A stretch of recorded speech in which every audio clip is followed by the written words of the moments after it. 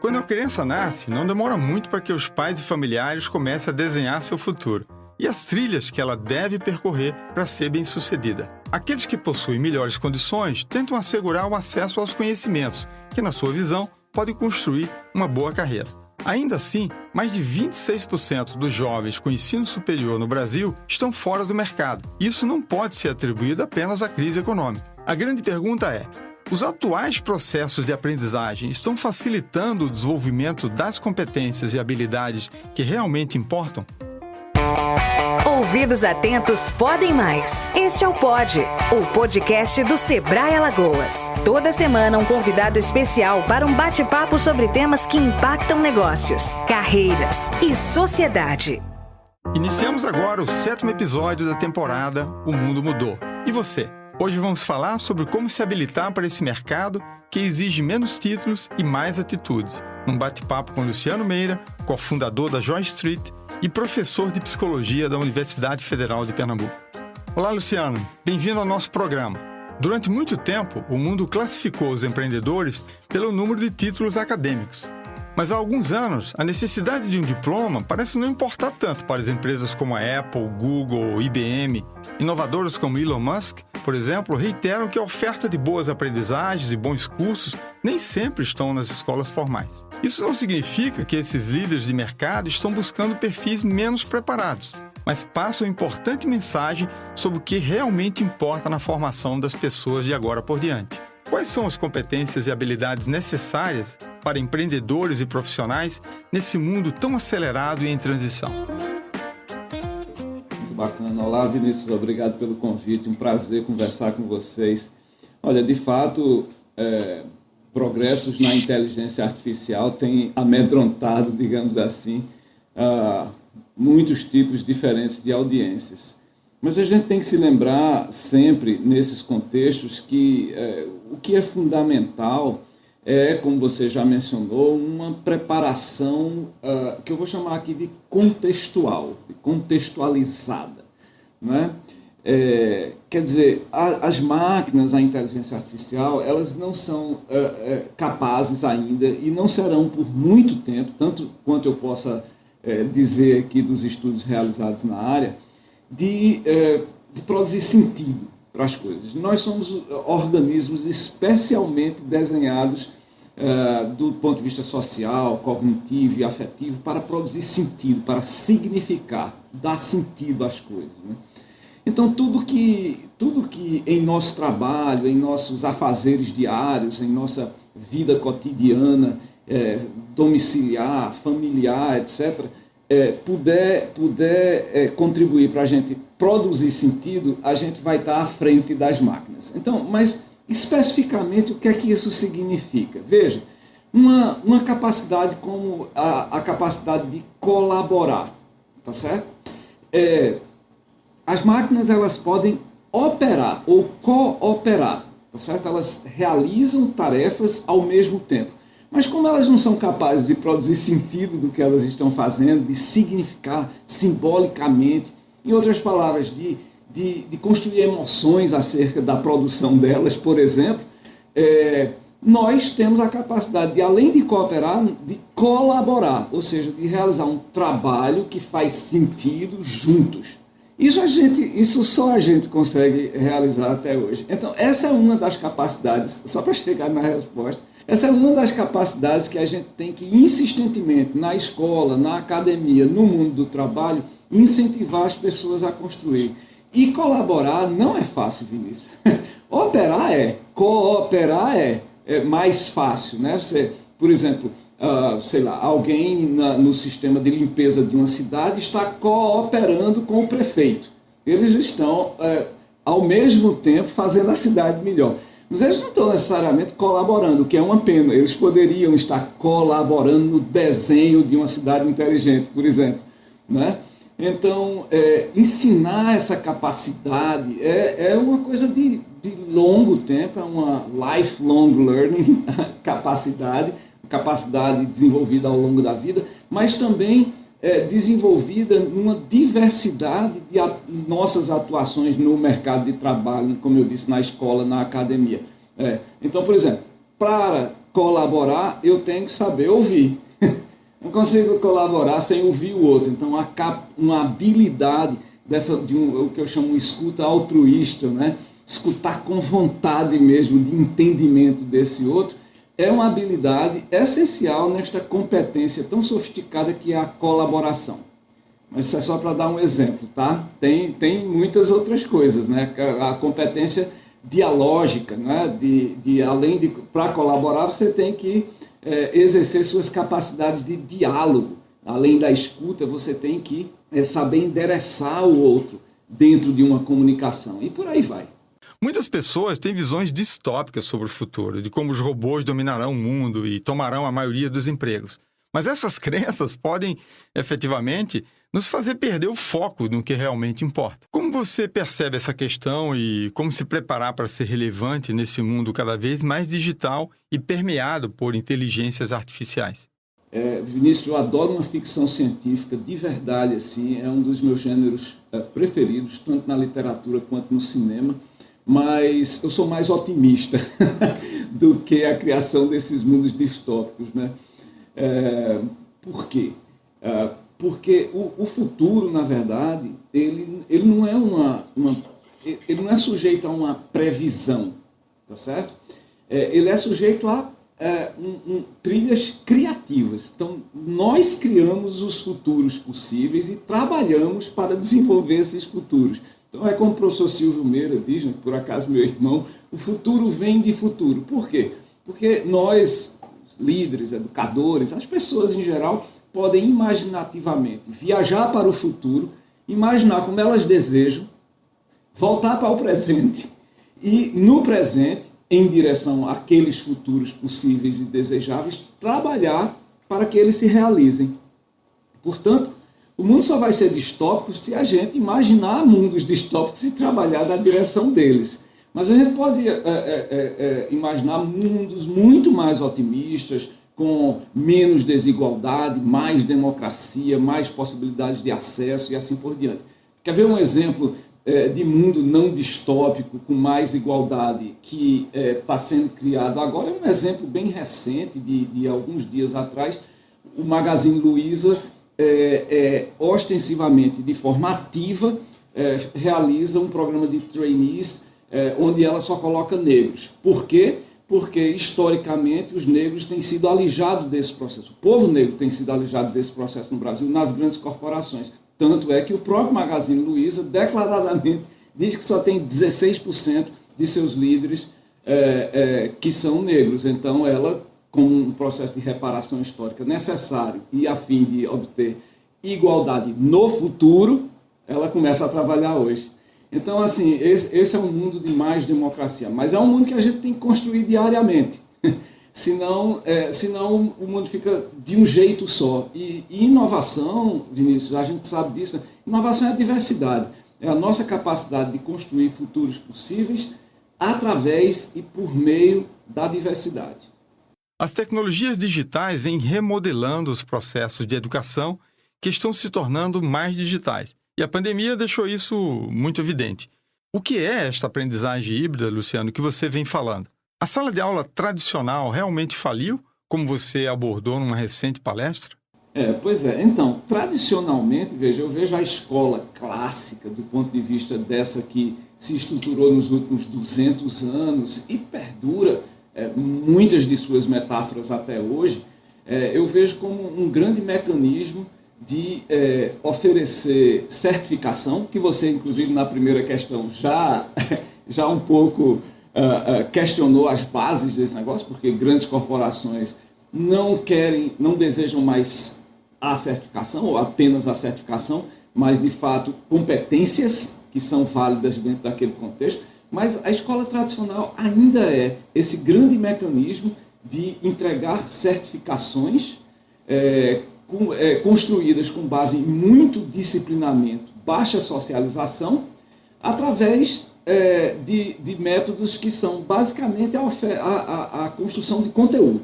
Que, na verdade, é reestruturar, ofertar uma nova arquitetura de aprendizagem, onde, ao invés de conteúdos, a gente veja o desenvolvimento de competências e habilidades Tá certo? Veja, conteúdos são importantes, mas saber algo hoje não é tão importante quanto saber decidir diante de um problema complexo, com base, obviamente, no conteúdo, que é um conhecimento científico validado, né? Um conteúdo validado, que é o conhecimento científico.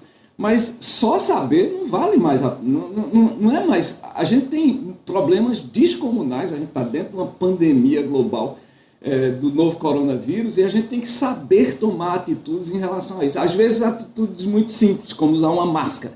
E a gente sabe que tem conhecimento validado acerca de como a máscara é importante para a proteção de si mesmo e do próximo. Mas vamos lá. Então a escola tradicionalmente tem que ser modificada porque não é mais conteúdo, é desenvolvimento de competências e habilidades em ambientes imersivos de experiências significativas. Não é? As pessoas, voltamos ao começo da minha fala, né? As pessoas desejam o tempo inteiro significar as coisas. Então aquele ensino unicamente baseado na exposição de procedimentos que você não consegue produzir sentido para aquilo, tem que mudar. Então a escola tem que mudar para esse ambiente de aprendizagem focado, centrado na construção de sentido a partir de experiências significativas de aprendizagem. Com isso, a gente já começa a mudar, por exemplo, as formas de disciplinamento também, de uma coisa mais autoritária, quer dizer, uma disciplina que vem do outro, para a autonomia. Aliás, essa é uma outra competência que, voltando à sua primeira questão, que a gente devia estar desenvolvendo nas pessoas. A autonomia para decidir coisas. Tá? De novo, com base em conhecimento validado. Não adianta você ter autonomia e decidir que a Terra é plana. Aí dá uma confusão arretada. Mas nós precisamos, então, fazer um rearranjo completo. Eu diria, talvez, não uma reforma, mas uma reconceptualização radical da escola. E nós estamos diante de um cenário onde nós temos a possibilidade de modificar algumas coisas, né? Agora que fomos para o ensino remoto e após a pandemia, como você mencionou, devemos talvez ter um hibridismo de possibilidades, né? Parte dos experimentos de aprendizagem serem virtualizados em plataformas digitais, parte dessas atividades de aprendizagem fisicamente presentes no ambiente escolar, porque vamos combinar, né, Vinícius? Nós também somos seres corpóreos. Nós precisamos de mobilidade e movimentação e socialização física no mundo. Então esse hibridismo diz, em parte, dessa articulação entre o mundo físico e o mundo digital, mas é também uma orquestração de diferentes abordagens pedagógicas. Então, ser híbrido não é apenas físico versus digital e a combinação dessas duas coisas, mas podermos ter uma diversidade de abordagens pedagógicas. Por exemplo, é híbrido quando você, mesmo só no mundo físico, você faz o que a gente chama sala de aula reversa, que o aluno, aspas, estuda em casa, no sentido de que ele pode ler um texto em casa ou ver uma aula da Khan Academy no YouTube em busca de um determinado conteúdo, e na escola ele resolve problemas em grupo, exercitando competências como colaboração e resolução de problemas complexos, que são duas outras competências absolutamente necessárias para o enfrentamento desse mundo pós-moderno, né, desse mundo que algumas pessoas ainda chamam VUCA, né, volátil, cheio de incertezas, ambiguidades e complexidade. Considerando que os pequenos negócios são uma das portas de entrada para o mercado de trabalho, oferecendo oportunidades de aquisição de competências, habilidades e, sobretudo, essa capacidade de lidar com gente, né, com equipes, que lições essas metodologias de desenho de serviços podem oferecer para quem já está empreendendo ou quer começar um negócio? Muito, muito bacana. Isso é fundamental, talvez, para uma perspectiva, inclusive, de nação, né? Um país como o Brasil, que tem uma quantidade enorme de microempreendedores individuais, pequenos empreendedores, mas que ainda falta, talvez, uma visão mais inovadora, uma visão de futuro, uma visão de construção de futuros possíveis, como nós mencionamos, né? Então, tem algumas abordagens e estratégias para isso. Então, uma das coisas que a gente usa fundamentalmente, assim, a primeira máxima, né, de como fazer isso é entender exaustivamente o problema que você quer resolver. Tá? Muitas vezes a gente já pula direto para a solução, achando que entendeu suficientemente o problema. Vinícius, a gente tem uma disciplina aqui na Universidade Federal de Pernambuco, inclusive, que junta estudantes e professores de diferentes departamentos, design, psicologia, que é o meu departamento, ciência da computação, engenharia de software e outros, onde a gente exercita nos estudantes em times multidisciplinares exatamente essas competências. Então, a primeira delas é ensiná-los a identificar problemas emergentes num grupo social qualquer, numa audiência, e refinar esses problemas num ponto de máximo entendimento, né? Então, a primeira estratégia, entenda bem o seu problema. Quando você achar que já está entendendo o problema que você quer resolver, revise-o. Tente entender de novo, tente ver de novas perspectivas. Pergunte sempre, o que está faltando aqui? Por que está acontecendo isso desse jeito? Que instrumentos as pessoas estão usando, como gambiarras, por exemplo, para resolver um determinado problema? E você vai numa estratégia de backwards problem solving, né? Chegar à origem. Né? Você vê, por exemplo, eu ia dar o exemplo de grupos de médicos que usam o WhatsApp, né? Aquele pequeno grupo de médicos num hospital para discutir problemas médicos. Pô, legal, mas isso é uma gambiarra. O WhatsApp não foi feito para isso, né?